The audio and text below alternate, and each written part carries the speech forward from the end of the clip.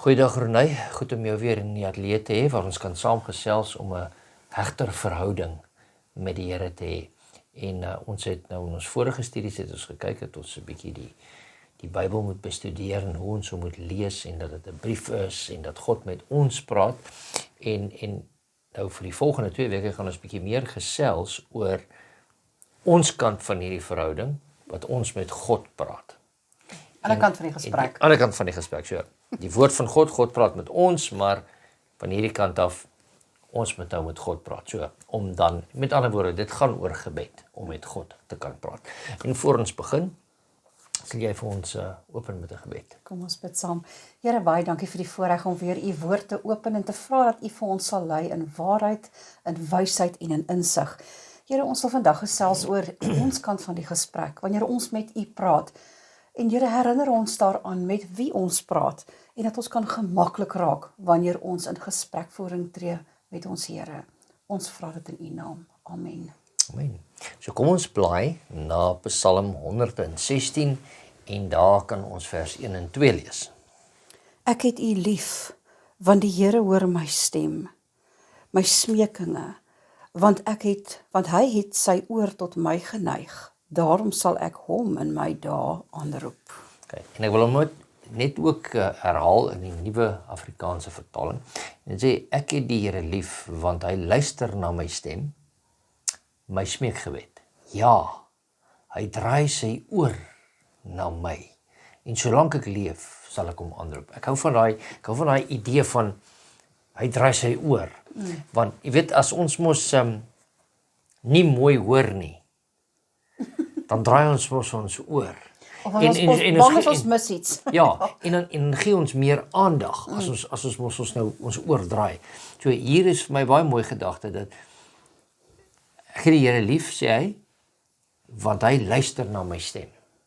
So as ek praat, dan luister die Here na my stem. En dis die beste van alles. Hy ken ons elkeen met ons stemme, want ons stemme is almal verskillend van mekaar. So, en hy luister ook na ons smeekgebede. So hy luister na ons stem, maar hy luister ook na ons smeekgebed. En ek dink daar's 'n verskil tussen die twee. Ons hoef nie vandag soveel daarna te kyk nie, maar daar's 'n verskil tussen net om te bid en die Here te loof en te prys en dan 'n smeekgebed te doen.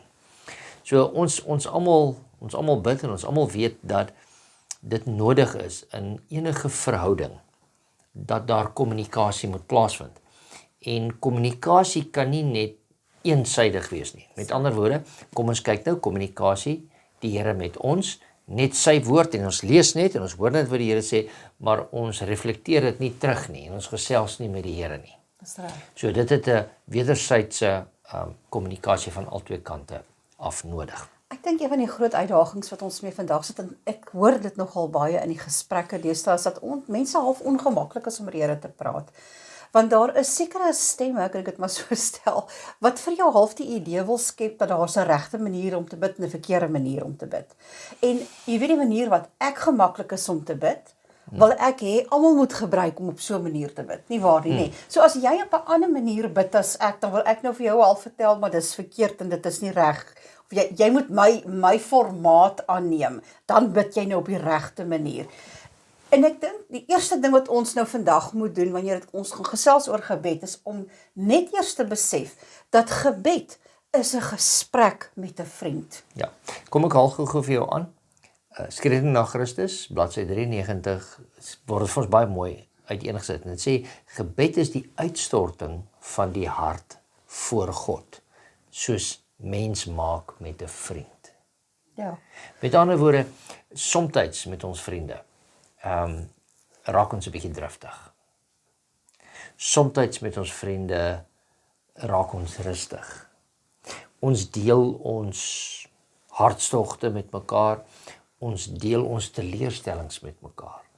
En selfs baie keer gebruik ons 'n vriend of 'n vriendin net as 'n klankbord, net om uiting te kan gee. Ja. So met ander woorde, En dan vertel ons mekaar ook wanneer ons goeie dinge ervaar het. Het jy al daaraan gedink dat jy jou gebed vir die Here kan deel van die goeie dinge wat jy ervaar het? Ons dink ons moet net bid wanneer dit swaar gaan. Ja, of ons moet net vra vir net vir die goed wat ons nodig het en ja, maar dit is tog lekker om met iemand te praat, om ook dan so nou en dan net te sê, hoorie, baie dankie vir wat jy vir my beteken in 'n vriendskap.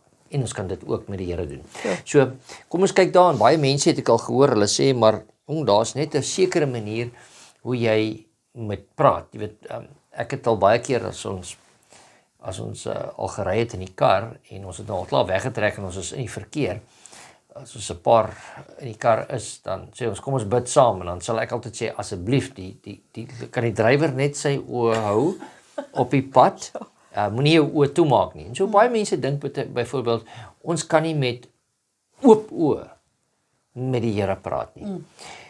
Of ons moet net kniel, of ons moet net staan, of ons, jy weet, verskillende maniere. Ek dink daar is sekere maniere wat ons met die Here praat, en sekere maniere hoe ons na hom toe kom, afhangende van, ek wil nie sê wat ons nodig het nie, maar afhangende van wat ons verhouding op daai stadium is. So kom ons kyk na 'n paar van daai tekste, en kom ons kyk byvoorbeeld na Daniël hoofstuk 6, die boek van Daniël, en ek hoop nie, hy kruip vir my weg vandag nie. Daniël hoofstuk, ek het vir Daniël het nie vir my weggekruip nie, hoofstuk 6, en daar lees ons vers 10. Hierom het koning Darius die bevelskrif en die verbond geskrywe. En Toe het Daniël verneem dat die bevelskrif geskrywe was, het hy in sy huis gegaan en hy het in sy bokkamer vensters gehad wat oop was in die rigting van Jerusalem, en hy het 3 maal op 'n dag op sy knieë geval en gebid en lofprysinge uitgespreek voor sy God, net soos hy tevore gedoen het. so hier sien ons, nadat daar 'n probleem was. 'n baie ernstige probleem, Probleem. want die koning, die agtergrond sê die koning het nou amper 'n dreigbrief uitgeskryf teenoor almal wat dit waag om vir 'n ander God 'n gebed, Behalwe vir een wat hy gesê het. daar sê. So hier kom hy en hy sê, hy val op sy knieë, met ander woorde, ons kan sien, hy is ernstig wanneer hy gaan bid, en as jy op jou knieë gaan, dan erken jy dat jy die mindere is van die een wat jy aanspreek en dan aanbid. En dan die tweede ding wat ons hier sien is, en hy het 3 maal op 'n dag, met ander woorde, hier sien ons die hoeveelheid kere wat hy gaan bid het hy 3 keer op 'n dag op sy knieë geval. So elke keer as hy gegaan het, hy op sy knieë geval, en dan sê dit daar, en gebid en lofprysinge uitgespreek voor sy God. Met ander woorde, dit sê vir ons hier, hy het nie net gevra dat daar 'n uitweg moet kom vir die moeilikheid wat daar is nie, maar hy het ook lof en dank na die Here toe gebring vir wat die Here reeds in die verlede gedoen het, en dalk ook nog in die toekoms gaan doen. Ja, wat belangrik is die laaste gedeeltjie van vers 11 wat hy sê, net soos hy tevore gedoen het. Met ander woorde, hierdie was Daniël se gebruik. Dit was hoe hy gemaklik was om te bid. Hy het dan sy vensters oopgemaak in die rigting van Jerusalem. Dit was 'n hoë kamer wat hy daaroor kon uitkyk. Hy het op sy knieë neergegaan, hy het gebid, lofprysinge gebring 3 maal 'n dag. Dit was Daniël se manier en hoe hy gemaklik was om met sy Here te praat, nie waar nie. Maar ek is seker as ons in die Bybel kyk, gaan ons ander voorbeelde kry van mense wat op ander maniere ook gebid het. Sou dit dan reg wees? Is net Daniël se manier reg? Nee, ekskuus tog. Maar kom ons gaan net gou deur net te kyk, want weet, laat ons nie net seker maak, dit is net Ou Testament nie. Okay. Laat ons net seker maak, dit is in die Nuwe Testament ook nie gebruik, en ons sien dit in Lukas 22 vers 41. En hier is dit Christus wat in Getsemane was, weer in 'n ernstige gebed, dis net voor hy met die kruisiging plaasgevind het. So hier sê hy in vers 41, en hy het hom van hulle afgesonder, omtrent so ver as mens met 'n klip kan gooi, en neergekniel en gebid. So hier sien ons dat dit heeltemal reg is en aanvaarbaar is Om op jou knie te gaan. op jou knie te gaan bid, en ek hou baie van daai manier, om op jou knie te gaan en te gaan aanbid. Maar dit beteken nie, dit is die enigste manier wat ons dit kan doen nie, maar dit is een van die maniere hoe ons God kan aanbid. So kom ons gaan kyk 'n bietjie na ander praktyke wat daar is, en jy kan vir my gaan na 2 Kronieke 20, en dan daar vanaf vers 5 en 6. Dan kan ons daar kyk, dalk so een gedeeltjie daar raak lees. En dan sal ek vir ons daar na 2 Samuel toe gaan. 2 Kronieke 20 vers 5 en 6. Toe gaan Josafat na die vergadering van Juda en Jerusalem staan in die huis van die Here voor die nuwe voorhof en hy sê, Here God van ons vaders, is U nie die God van die hemel nie? Is U nie die heerser oor al die koninkryke van die nasies nie? Ja, in U hand is krag en sterkte, sodat niemand teen U kan standhou nie. Wat was die heel eerste woorde wat jy in die eerste sinnetjie gelees het? Wel, hy het in die eerste plek in die huis van die, hy het gegaan na die vergadering, tussen die ander mense in, binne in die huis van die Here in, en daar gaan staan en gebid. En daar gaan staan en gebid. Met ander woorde, hier sien ons, soos jy nou sê, jy het dit nou baie mooi verduidelik, met ander woorde, selfs in die huis van die Here kan ons staan en bid. Right.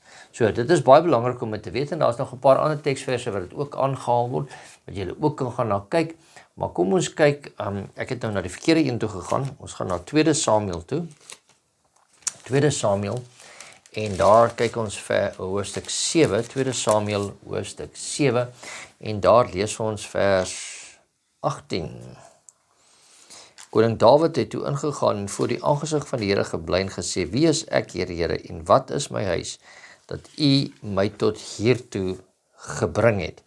En dit was nog te gering in U oë, o Here, sodat U ook al gaan in die huis van U knegt tot ver in die toekoms gespreek het, en dit is die wet vir mense, Here. En hier sien ons dat daar sien ons dat daar ook sittende gebid kan word, want hy het daar voor die Here gesit, en ons kan dalk daar 2 Konings 4 vers 38, het jy hom daar vir ons, 2 Konings 4? Weer het Elisa aan Gilgal gekom, en daar was hongersnood in die land, en terwyl die profete seuns voor hom sit, sê hy aan sy dienaar, sit die grootpot op en maak die kookdeksel klaar vir die profete seuns. Met ander woorde, hulle daar gesit en ook die Here aangeroep in gebed, terwyl hulle daar reg was. So met ander woorde, ons kan op verskillende maniere staan. Daar is ook natuurlik ander maniere wat ons weet, wat ook van Dawid wat ons gelees het, wat toe hy vir sy seun gebid het, het hy hom heeltemal uitgestrek op die grond en voor die Here aanbid. So, ek wil nie sê ons moet enigeen van hierdie doen nie, maar wat ek sê is, laat ons nie ander oordeel oor hoe hulle na die Here toe kom nie, maar laat ons op verskillende maniere na die Here toe kom, oor hoe ons gemaklik voel om in die teenwoordigheid van die Here te verkeer. Ek wil amper sê, gebed gaan oor die oomblik en die tyd. Daar gaan 'n tyd wees wanneer dit vir jou voel, jy lê op die grond voor die Here in 'n smeekgebed. En dan gaan daar tye wees wat jy staan en jou hande ophef in danksegging en in gebed voor die Here. Dan gaan daar tye wees wat Renay voor haar wasbak staan en haar skottelgoed was, en in haar hart in stilte met die Here gesels terwyl sy besig is om haar skottelgoed te was. Die feit van die saak is net dat ek en jy op 'n punt moet kom waar ons soveel vertrek, nie sê so gemaklik raak met die Here nie. Ek wil nie hê jy moet my verkeerd verstaan as ek dit sê nie. Ek wil meer sê dat jy so vertroue in die verhouding het wat jy met die Here kweek. Dat jy by hom kan gaan sit, kan gaan staan, kan gaan jou hande ophef, in stilte in jou hart bid, hart opbid. Dit maak nie saak nie, daar's nie 'n resep wat vir jou gegee word nie, en daar's ook nie 'n verkeerde nie. Dit gaan daaroor dat ek moet weet met wie ek praat. Hy is die koning van die hemel, en hy is die een wat vir my sorg. En ek benader hom as gevolg van dit, en ek kan my hart teenoor hom uitstort, want hy sê vir my, hy is my vriend. Okay. Dis baie mooi. So kom ons gaan kyk nou weer en ons het een van ons eerste teksverse wat ons gelees het, ons gaan kyk na Daniel, en hy's 'n baie goeie voorbeeld. So ons het een van hulle gelees waar hy in sy bovertrek gaan kniel en gebid het, en ons kan ook in 'n ander gedeelte gaan kyk in Daniel hoofstuk 2 vanaf vers 20 tot 23. Nou hier is 'n ander probleem wat Daniel gehad het. Hulle het dit nie maklik gehad nie, want hulle was weggevoer uit hulle eie land uit, die Jode, en hier kom hulle, en die volgende oomblik het Nebukadnesar 'n droom gehad, dis die agtergrond, en hy sê, as julle my droom kan uitlê, nie gaan julle doodgemaak word. En Daniel kry ook hierdie boodskap. En dit is waar ons nou hierdie gedeelte optel, vanaf vers 20 tot 23. Daniel het toegespreek en gesê, mag die naam van die Here geprys word van ewigheid tot in ewigheid, want die wysheid en die krag is syne.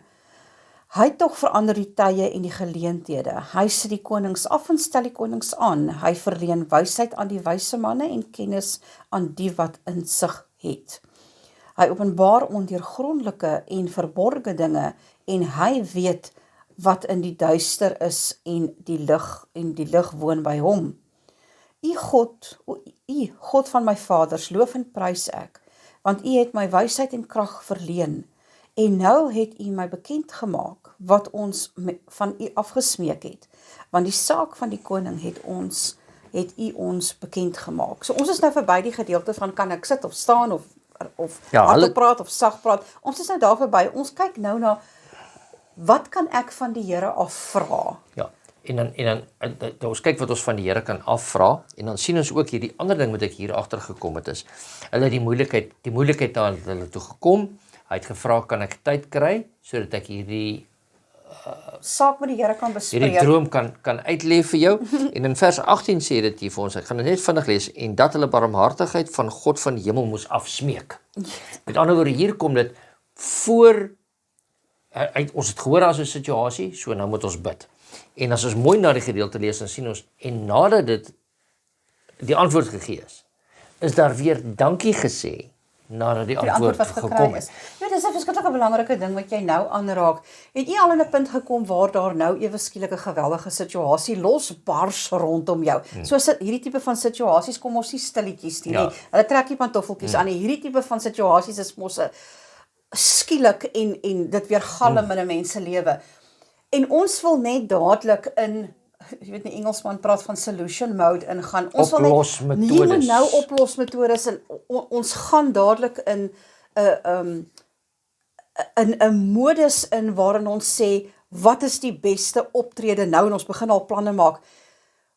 Wanneer het ek en jy op die punt gekom waar ons moet herinner word aan dat die Here is die God van elke probleem, in plek daarvan om dadelik in 'n werking in te gaan van hoe kan ek hierdie probleem oplos, om stil te staan, terug te trek vir 'n tyd, en hoe mooi is daai woorde in vers 18 waar hy sê, ons gaan barmhartigheid van die God van die hemel af moet smeek oor hierdie geheim.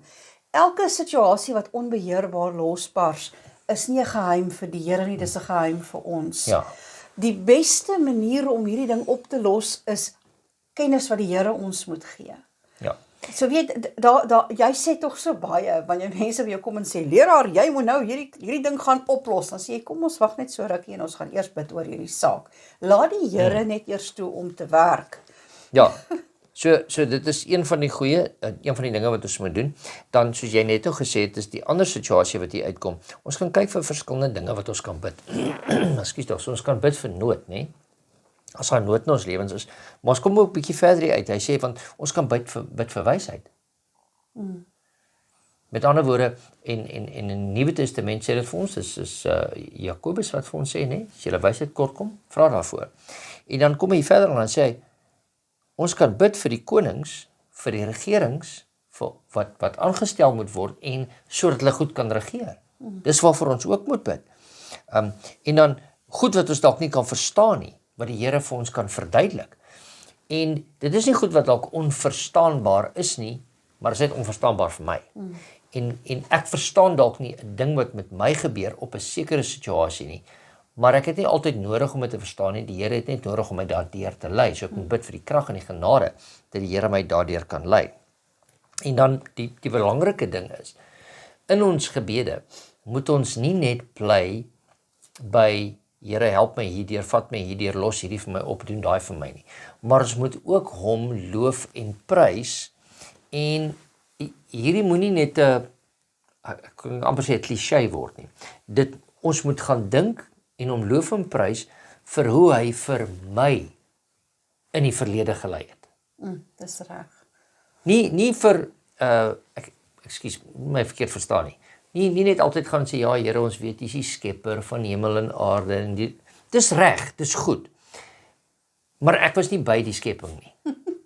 Dis jy hoor wat ek sê. Maar as ek kan onthou, hoe die Here my laasweek bewaar het van 'n karongeluk, of van wat dit ook al mag wees, en my uit 'n penarie uitgered het, dat ek net kan sien is die hand van die Here. Ek moet hom daarvoor loof en prys, want ons herinner die Here aan sy goedheid, maar ons herinner ook dat die Here ons verlos het in die verlede. Ja. Vir my persoonlik, nie net mense in die geskiedenis nie, maar vir my Ja, persoonlik. of om te sê, Here, ek sien U was baie goed vir Daniël. Ja, Ek was nie by Daniël nie. Ja. Die Here was vir my ook goed. Dis wonderlik om te lees hoe goed die Here was vir Daniël en dat die Here Daniël se gebede beantwoord het, maar ek moet onthou dat die Here my gebede ook beantwoord het. Net so interessantheid so tussenin. Dis baie moeilik om eers te begin bid wanneer 'n moeilikheid kom. ja. Want dan Dis hardloop nie ons rond. onmoontlik nie, maar die spanning is onnodiglik groot. Hoekom sê ek dit vir jou? As ek en jy 'n daaglikse verhouding met die Here het en ek ken hom reeds as 'n vriend en ek het geleer om die Here te vertrou en ek kan daagliks vir jou vertel hoe die Here met my was deur hierdie dag en waar ek hom gesien beweeg het en hoe ek hom sien werk het. Dat wanneer die moeilikheid kom met rustigheid, al is dit hoe swaar, sê, maar ek weet die Here is in beheer. En dan het ek vertroue om 'n saak in die Here se hande te los, want ek weet, al uit ondervinding uit, dat die Here weet altyd die beste. Ja, maar daai is 'n baie moeilike situasie vir ons, want die Here antwoord nie altyd op die tyd wat ons dit wil hê nie. En daarom is dit belangrik, wanneer ons iets vir die Here gegee het en hom toe gegaan het, om op hom te wag.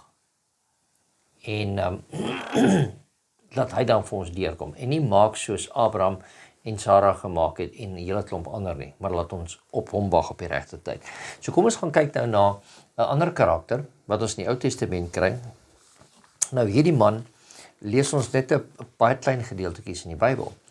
En basies al wat dit vir ons neerkom is dit wat ons gaan lees en ons kry dit in Genesis 5 vers 22 tot 24. Ja. Lees maar so lank as jy met. En Henog het na die geboorte van Metuselag nog 300 jaar met God gewandel en hy het seuns en dogters gehad. So was dan al die dae van Henog 365 jaar.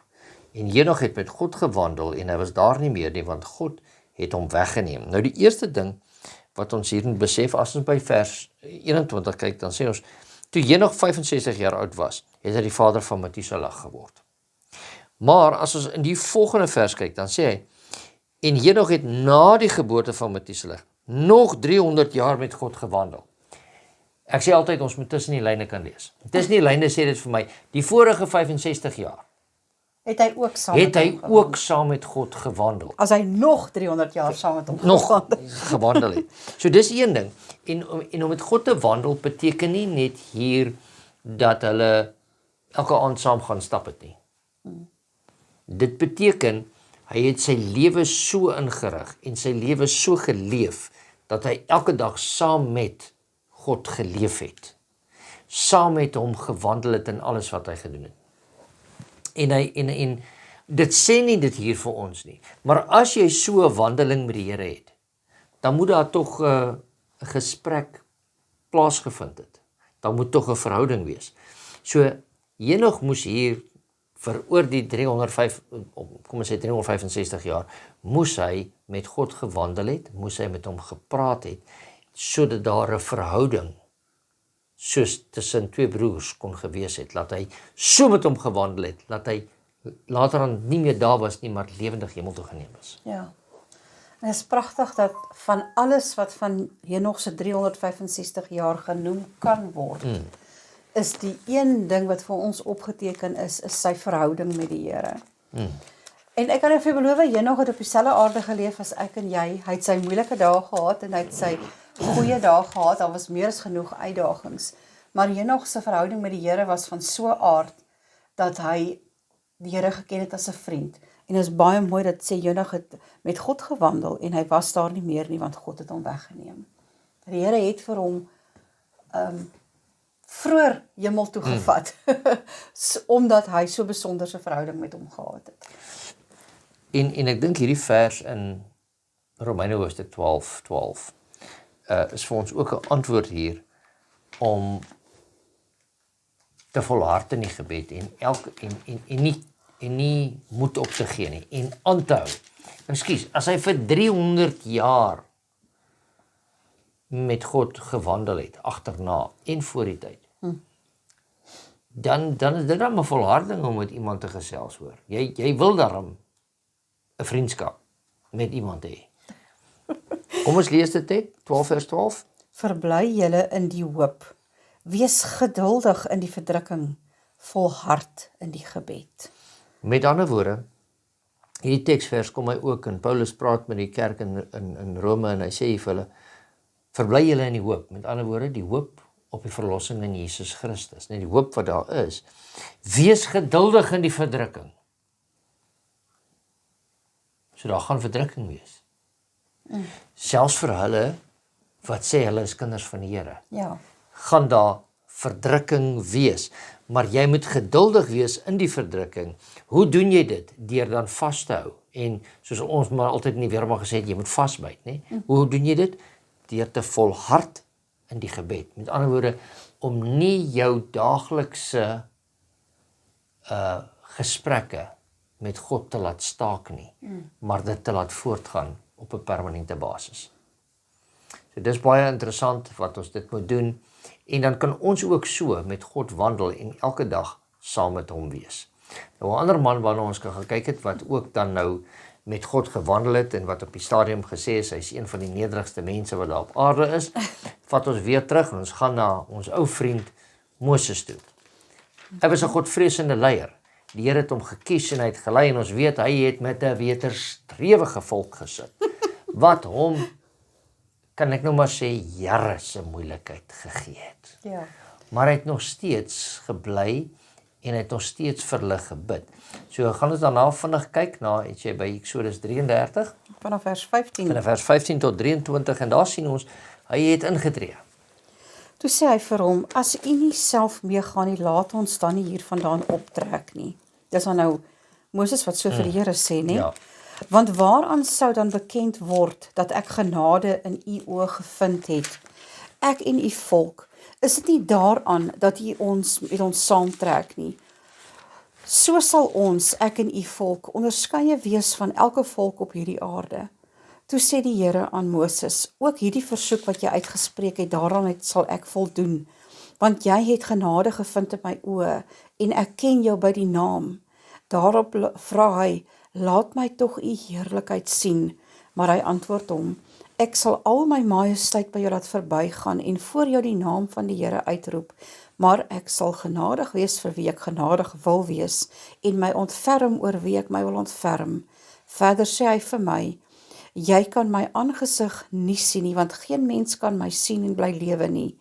Ook het die Here gesê, kyk hier in die plek waar by my, waar jy op die rots kan gaan staan, as my heerlikheid verbygaan, sal ek jou in die skeur van die rots stel, en jou met my hand oordek, sodat ek verbygegaan het. En as ek my hand wegneem, sal jy my van agter sien, maar my aangesig kan nie gesien word nie. Ja, dis Ek ons moet nie konsentreer op die laaste gedeelte nie, wat vir my belangrik is die eerste gedeelte, en seker die mooiste gedeelte is dat Moses sê, Here, u wil hê ons moet van hier af optrek, maar ek sê nou vir u vandag, as u nie saam met ons trek nie, gaan ons nêrens heen nie. Ja, en dis eintlik, en kom ons, Verskriklik mooi. en dis baie mooi wat hy daar sê, en hier kom ons by 'n ding wat ons ook gehoor het toe ons kinders was, dalk ook selfs vir ons kinders gesê het, jong, as jy nou na die verkeerde plekke toe gaan, dan's die Here nie saam met jou nie. En ekskuus, kom ons stel dit net onomwonde hier. Dit is die grootste leuen wat ons vir enige iemand kan vertel. Want die Here is alomteenwoordig. Met ander woorde, hy is oral saam met ons. Selfs in die plekke daar waar hy nie wil hê ons moet wees nie. Ja. Is hy saam met ons. In daardie plekke is dit net my hart wat van die Here al weggedraai. Dis nie die Here wat van my al wegdraai nie. Dis altyd die geval, nê. Dis ons keuse wat weg te draai van die Here af. Maar hier sê Moses dit so mooi. Here, ons moet trek, maar ons trek nie as u nie saam met ons gaan nie. En dan so mooi dat die Here vir hom sê, selfs hierin sal ek jou genadig wees. Is dit nie mooi dat hy dit so stel? Hierdie versoek wat jy vir my bring, nê. Ek sal vir jou hierin genadig wees en ek sal saam met jou gaan, want dit is so mooi dat hy sê, jy het genade in my oë gevind en ek ken jou by die naam. Ja, en weer eens moet ons nou hier kyk, dit gaan nie net oor die naam Moses nie. Nee. Onthou, as ons praat van hier, ons bid in die naam van Jesus. Ek ken jou by die naam. Dan is dit nie net die woordjie, die naam nie. Dis nie net Morne nie, dit is wie is Morne? Dis 'n reputasie. Waarvoor staan hy? Wat se karaktereienskappe? Ja. In ander woorde, ek ken jou. Ek weet hoe gaan jy optree. Ek weet dat jy op my vertrou. Ek weet dat daar 'n verhouding tussen ons is. Dit is wat die Here hier vir hom sê. Ek ken jou by die naam. Met ander woorde, weet wie jy is. Kan ek dit so 'n bietjie verder vat? Daar is niemand wat jou so goed ken soos die Here nie. Die Here ken jou beter as wat jy jouself ken. Met ander woorde, die Here weet baie deeglik wat is jou motiewe. Al probeer jy jouself bluf, jy gaan nie die Here bluf nie. Al probeer jy ander mense bluf, jy gaan nie die Here bluf nie. So dit is 'n ongelooflike kompliment wat die Here hier vir Moses gee. Hy vir hom sê, ek ken jou naam, ek ken jou reputasie, ek ken tot jou diepste motiewe en ek weet dit is suiwer. Dat jy vir my vra om met julle te trek, is 'n suiwer, opregte vraag. Daar's geen selfsug daarin nie. Jy wil my werklik in jou teenwoordigheid hê. Dis nie net 'n oppervlakkige versoek nie. Nou, as ons nou mooi daaraan sal dink, dan sien ons maar Moses was dan redelik naby aan die Here. En die Here het met hom gepraat soos van aangesig tot aangesig. Maar hier kom iets wat ek dalk vroeër toe ons voorberei het, dit nie raak gesien het nie, maar hier sien ek dit nou. Maar selfs een wat dan die Here 'n versoek kan rig en dit lyk of hy in sy gebed die Here kan oortuig om goed te doen wat die Here sy rug op hom wou gedraai het, sê die Here in 'n ander geleentheid vir hom, sorry, ek kan nie my aangesig vir jou wys nie, en ek ontferm my oor wie ek wil. En dit is iets wat ons nie ligtelik moet opneem nie, dat hy was so naby aan die Here, dat die Here basies van aangesig, hy kon die Here hoor praat met hom. Het die Here tog in sekere geleenthede vir hom gesê, nee. Ja. Die antwoord is nee. En daarom moet ons ook weet dat die Here gaan soms vir ons sê nee in dit wat ons vra. Want hy weet, en dit is waar ons by moet bid, is dat hy beter weet wanneer ons met hom praat in gebed oor sekere iets wat hy vir ons wil gee, wat ons graag wil hê. Absoluut. Ons sien ook daar verder, hy het nie net vir die volk ingetree nie, want daar's 'n hele paar keer wat hy vir die volk ingetree het en sê, Here, moet asseblief nie hierdie volk vernietig nie, vernietig my eerder. Maar ons weet selfs, hy het gekom en hy het ook vir individue ingetree en hy het vir Moses, hoor my nou, vir Moses het vir Aaron en vir Miriam ingetree. So kom ons kyk gou-gou daar, as jy vir my kan kyk, na Deuteronomium 9 vers 20. En hier moes Miriam eintlik 'n verskriklike straf gekry het, want sy het nie net teen Moses opgestaan nie. Sy het eintlik hier teen die Here opgestaan. Ja. En Moses kom in en hy tree hier namens haar op. Deuteronomium hoofstuk 9 vers 20. Ook was die Here baie toornig op Aaron, sodat hy hom wou verdelg. Maar ek het ook vir Aaron in die tyd gebid. So sien daai na Aaron en 'n vorige keer kan ons in Exodus gaan kyk 32 van 1 tot 14 en 31 tot 34 wat hy daarvan van Miriam neem. Ook van waar hy vir die volk ingetree het. Ek val so 'n bietjie oor my woorde, ekskuus tog. So ons kan ook gaan kyk dan, dit is waar hy nou vir Aaron, hè, want Aaron het ook hier verkeerd gedoen. En nou sien ons daar in Numeri 12, ek is redelik amper daar, Numeri 12, hoofstuk 12 vers 13 sê, en Moses het die Here aangeroep en gesê, o God, maak haar tog gesond. En dit is hier nadat sy vir hom gesê het, ja maar hoekom het jy hierdie Kasitiese vrou gedruk? En sy is met melaatsheid geslaan. Maar hier kom hy, en met goeie reg, ek wil nou amper sê, Moses is hom 'n goeie man. Want as dit ek was, sou ek dan gesê, ja Here, laat sy maar eers nog so 'n bietjie suffer, sy wou mos. Maar hier sien ons die nederigheid in, en hy kom in en hy tree ook vir haar in. Ja. En hier is die les wat ons moet leer. So in ander woorde, ons het gekyk na Daniël, ons het gesien, ja, hy tree in vir homself in die moeilikheid, hy tree in vir sy vriende, hy tree in vir konings, hy vra vir wysheid. Hier sien ons, in Moses se geval, Henog sien ons, hy het met God gewandel. En hy het ook met ander goede met hom bespreek. Maar dit was meer daai persoonlike verhouding. En hier sien ons in Moses se geval, hy het nie net self met die Here ingetree nie, maar hy het ook vir die volk as 'n eenheid ingetree, maar hy het ook vir individue ingetree. En ons moet nooit dink ons gebede kan net wees vir ons naaste of net wees vir onsself nie. Maar Ons ander naaste mense, familietjie of ons ja, en gesinnetjie. ons moet intree vir ander. Al dink ons, hulle verdien nie daardie intrede van die Here nie. Ja. En vir hulle intree, want ons gebed kan 'n groot seëning op elkeen van hulle lewens veroorsaak. Onthou ons praat nou hierdie hele kwartaal oor hoe om nader aan die Here te leef, hoe om 'n hegter verhouding met hom te hê. Om as 'n gebedsstryder in te tree vir myself, vir my volk, vir my naastes om my, vir 'n breër mensdom rondom my, in ander woorde soos ons nou gelees het, tot vir ons konings, in ander woorde ons leiers in te tree. Daar is 'n pragt in 'n gebedsstryder wat eintlik bo beskrywing is.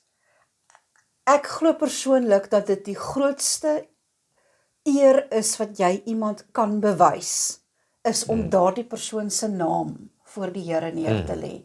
Ja. Dit is die grootste vorm van liefde en eerbetoning vir 'n mens, is om sy naam of haar naam voor die Here in gebed te lê. Jy weet, ek was op 'n stadium wat ek vir die Here gevra het, Here, is daar iemand wat U wil hê ek moet voorbid? Dat die Here gesiggies in my verstand sit van mense wat saam met my op skool was. Dat ek van hulle se name nie eers meer kan onthou nie. Ek sê, Here, ek weet nie waar in die lewe hulle bevind nie, maar as U weet, daardie persoon het vandag U nodig. Wat ook al die situasie is, ek bring hulle voor U. Want is dit nie 'n ware ding nie, dat ons as gebedsstryders bid soms vir 'n situasie waarvan ons geen oplossing het nie, en geen kennis eers vir 'n oplossing het, want soms weet ons nie eers wat die situasie is nie. Ons het net hierdie gevoel dat ons moet bid vir iemand, en ons plaas daardie persoon voor die Here, of daardie volk voor die Here, en die Here eer daardie gebed en tree vir ons in. Ja, en ek wil dalk net na die laaste teksie gaan kyk, wat ons kry in Eksodus 32, vers 31 en 32, en dit sê daar, het sê Moses bid vir die volk. En Moses het na die Here teruggegaan en gesê, ag, hierdie volk het 'n groot sonde begaan en vir hulle goue gode gemaak. Nou dan, as U tog maar hulle sonde wou vergewe, en so nie, delg my dan uit die boek wat U geskryf het. Ja. Dit is baie belangrik dat ons agterkom. Here, ek weet hulle het gesondig. Here, ek weet hulle is skuldig.